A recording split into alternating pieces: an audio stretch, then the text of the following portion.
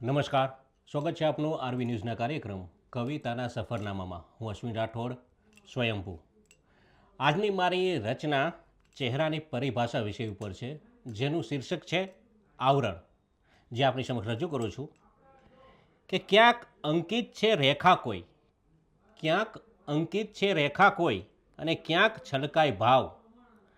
ક્યાંક હાસ્યની સરિતા વહે છે તો ક્યાંક ઊંડો ઘાવ. ક્યાંક હાસ્યની સરિતા વહે છે તો ક્યાંક ઊંડો ઘાવ. આમ જોઈએ તો ફક્ત છે, આમ જોઈએ તો ફક્ત છે માંસ રક્તનું આવરણ, પણ અંદર છે છુપાયેલું અનેક લાગણીનું આવરણ. પણ અંદર છે છુપાયેલું અનેક લાગણીનું આવરણ.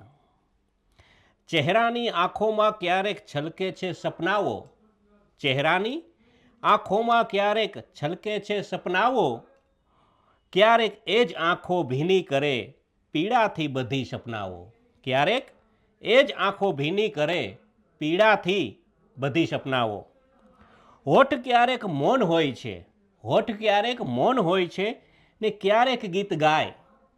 હર પળ એક નવી વાત કહે છે, પડે ગીત મજાનું એ ગાય. હર પળ એક નવી વાત કહે છે, પડે ગીત મજાનું એ ગાય. કે નાક કાનને કપાળની છે સુંદર રચના, નાક કાનને કપાળની છે સુંદર રચના, પણ દરેક વળાંકમાં છુપાય છે જીવનની સંરચના. પણ દરેક વળાંકમાં છુપાય છે જીવનની સંરચના.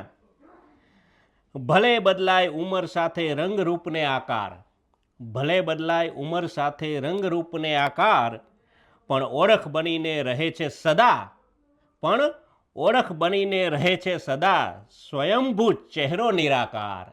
એ સ્વયંભૂ ચહેરો નિરાકાર. કે ક્યાંક અંકિત છે રેખા તો ક્યાંક છલકાય ભાવ, ને ક્યાંક હાસ્યની સરિતા વહે છે ને ક્યાંક ઊંડો ઘાવ. નમસ્કાર, અસ્તુ.